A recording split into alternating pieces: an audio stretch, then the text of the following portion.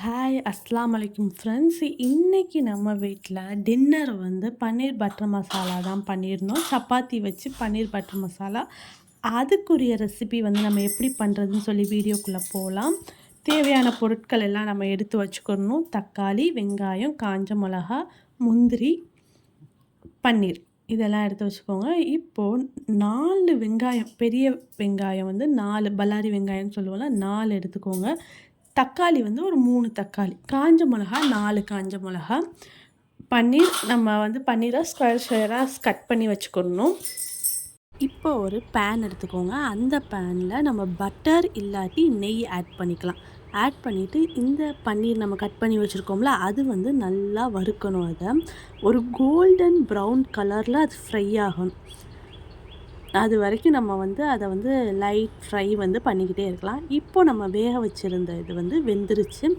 இதை வந்து வடிக்கணும். நம்ம வடித்தக்கப்புறம் முந்திரி ஆட் பண்ணி நம்ம மிக்ஸி ஜாரில் வந்து அரைக்கிறோம். நல்லா தக்காளியோட ஸ்கின் வந்து நல்லா உறிஞ்சி வர வரைக்கும் இது வேகணும். இது மாதிரி நம்மளுக்கு வந்து கிடைச்சதும் நம்ம வந்து மிக்ஸி ஜாரில் போட்டு எடுத்து அரைச்சி இந்த மிக்சரை வச்சுக்கிடுவோம். இப்போ இந்த கோல்டன் ப்ரௌனில் நம்மளோட பன்னீர் வந்து ஃப்ரை ஆகிடுச்சு. அதை வந்து தனியாக ஒரு பிளேட்டில் வந்து நம்ம எடுத்து வச்சுக்கிடுவோம்.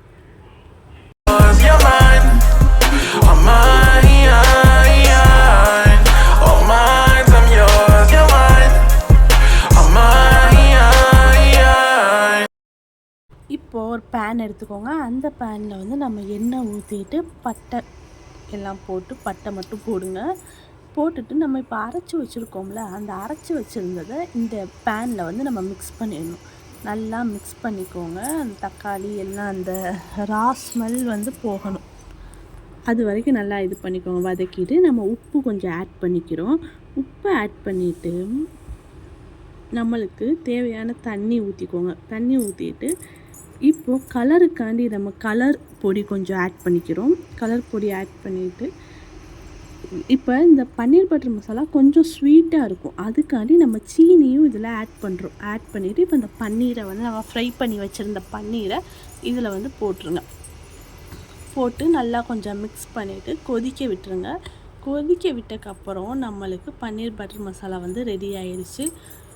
நீங்களும் இது மாதிரி ட்ரை பண்ணி பாருங்கள். ட்ரை பண்ணிவிட்டு கமெண்ட் பண்ணுங்கள். கண்டிப்பாக கமெண்ட் பண்ணுங்கள் எப்படி இருந்துச்சுன்னு. தேங்க்யூ.